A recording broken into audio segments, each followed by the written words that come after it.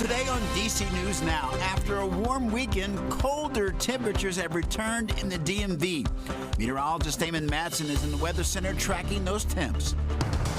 New fines in D.C. take effect today. What it could cost you if you get caught in a bus lane. And the Baltimore Ravens lose to the Kansas City Chiefs in the AFC Championship game. Reaction from players after the tough loss.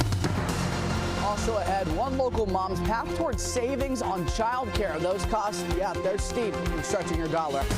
And later, are the measles making a return in the U.S.? In the U.S., we're continuing to see small pockets of outbreaks.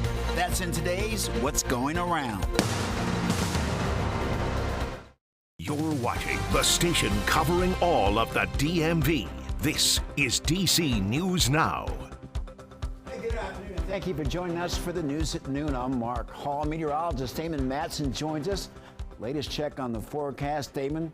Breezy, a little chilly, but overall a quiet start to the week. Yeah, much drier too than what we had over the weekend there, Mark. I know we got that burst of heavier rainfall Saturday night into the day on Sunday, and that definitely made things a little bit nasty out there for the weekend, but we're long past that rainfall. However, there is still a couple of flood warnings ongoing from that heavier rainfall that was out there on Saturday night into Sunday morning. Back toward the Capon River in West Virginia, and then right along the Potomac here, just on the border of Washington and Jefferson counties. We have a couple of flood warnings that do continue along some of these main stem rivers, at least into tomorrow morning, as those water levels remain on the higher side, and we see some minor flooding. And then right along the Potomac between Loudoun and Frederick counties, a flood watch is in effect as that water continues to go downstream and those levels continue to rise. So we are going to have to deal with those higher river levels over the next day or so from that rainfall this weekend. But the good news is there will be time for that water to drop. Satellite and radar picture, we have some clouds passing through here as we get into the afternoon, but nothing significant and no precipitation is popping up out there, which is certainly a good thing. The one thing we will have to contend with, though, moving forward through the rest of the day, it's breezy. We're going to have northwest winds 15 to 25 miles an hour, and that's going to make it feel a little bit chillier than it already is. We're only going to see high temperatures today reaching into the mid-40s with some of that wind in place. It's likely to feel like it's in the 30s throughout your Monday. So bundle up, otherwise it's quiet as we move into the rest of the week. Is there anything significant coming down the line that will be something to watch for? We'll have a full look at your forecast coming up here in just a bit. All right, Damon, thank you. New this afternoon, Maryland Governor Westmore has named Washington County Attorney Kirk Downey to the Circuit Court.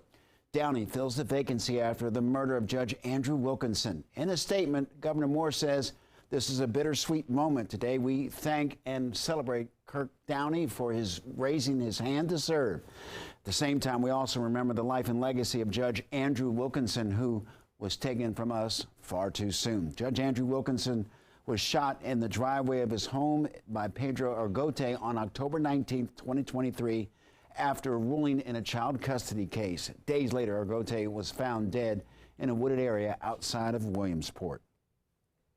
Downey is a lifelong Washington County resident, and he served as the county attorney since December 2018 and served at the county attorney's office for the majority of his 27-year legal career. DC News Now's Stephen Cohen spoke to him this afternoon, and we'll have more coming up on DC News Now at 4. And new at noon, Prince George's County Fire and EMS are investigating an apartment fire that happened earlier this morning. Crews responded to the 11,700 block of South Laurel Drive in Laurel around 8 a.m.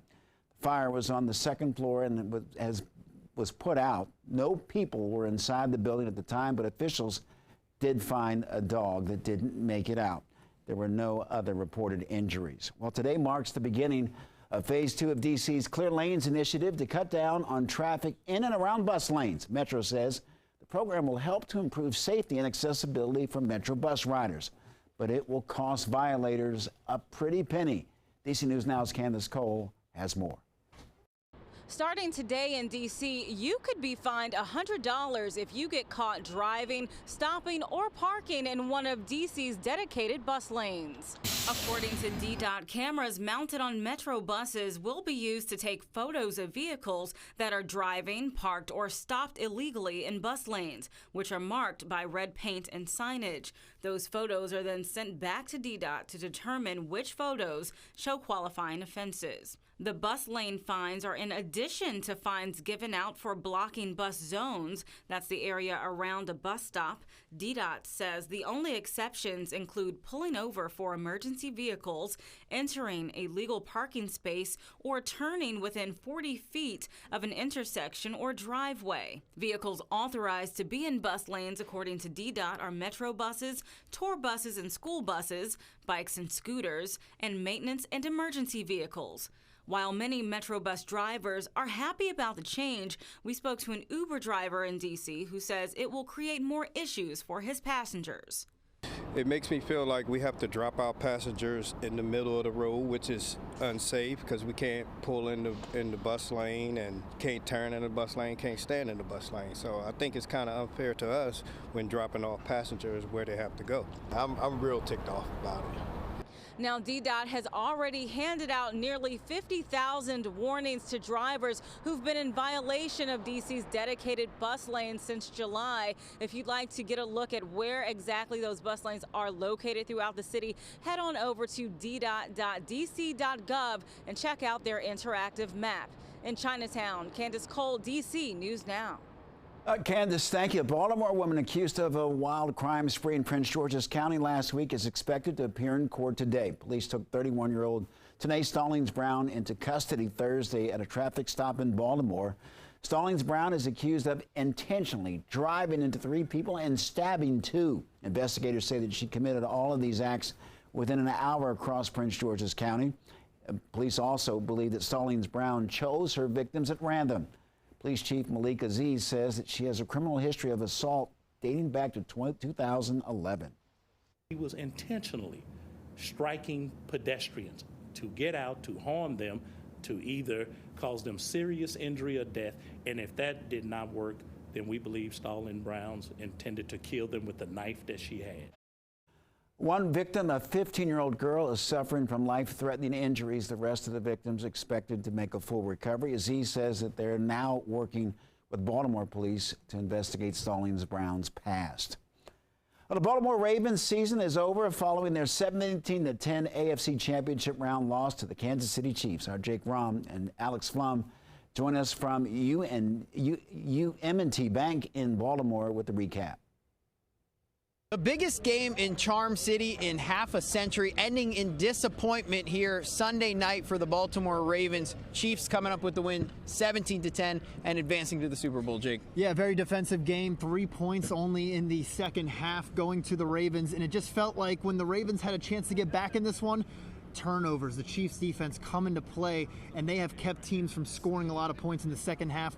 Baltimore, great season, but unfortunately ending in disappointment. Stings a lot, one game away from our goal to, play in a spot for the Super Bowl, and, obviously came up short. You put so much work into it every day, every off-season day, the grind, OTAs, training camp, it's just tough to see the outcome of something that you was working for as a collective unit.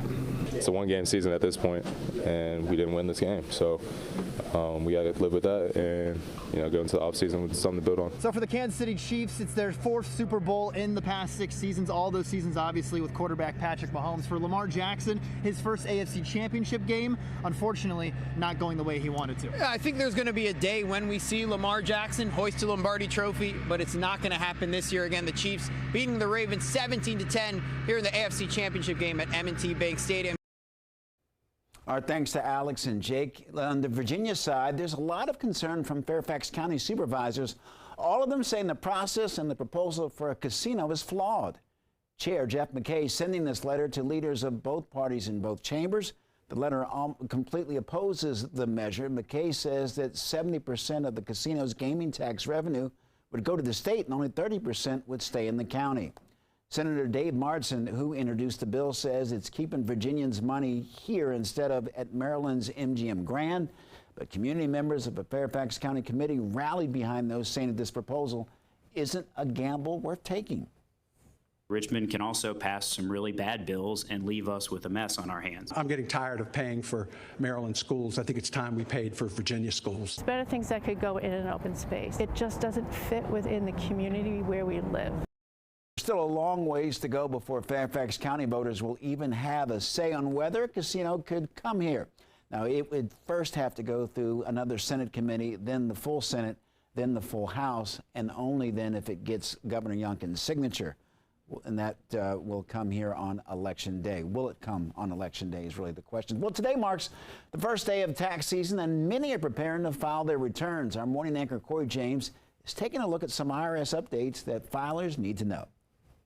The IRS expects more than 128 million returns to be filed by the deadline. Now, the agency says it's simplifying its writing and also rolling out notices in clearer language to help people understand their tax liability.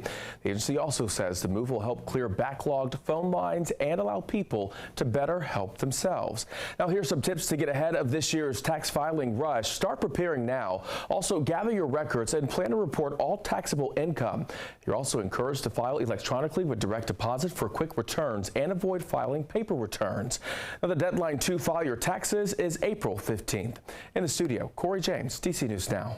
All right, thanks to Corey. And we all want to avoid getting a notice from our friends at the IRS. And filing your taxes properly can be stressful, but local help is available to stretch your dollar. And for many, a refund is a way to help with your financial goals. And just last year, 12.41 million tax refunds were issued in D.C., Maryland, Virginia, and West Virginia, and that's according to the IRS. And there are organizations like the United Way, the AARP offer resources to file for free. Now, if you want free financial advice, your bank can offer help and counselors from the U.S. Department of Housing and Urban Development. And for file for free, the IRS has the volunteer income tax assistance and tax counseling for the elderly who qualify generally make $64,000 or less. Those with disabilities and limited English-speaking taxpayers can also get assistance. In the final location near you, this link, irstreasury.gov/free tax prep. And there are some local options that you can use if you need tax help. DC Public Libraries offering tax appointments starting February 1st at 8 libraries. You can call the library to make an appointment and bring required tax documents like your W-2s and Social Security.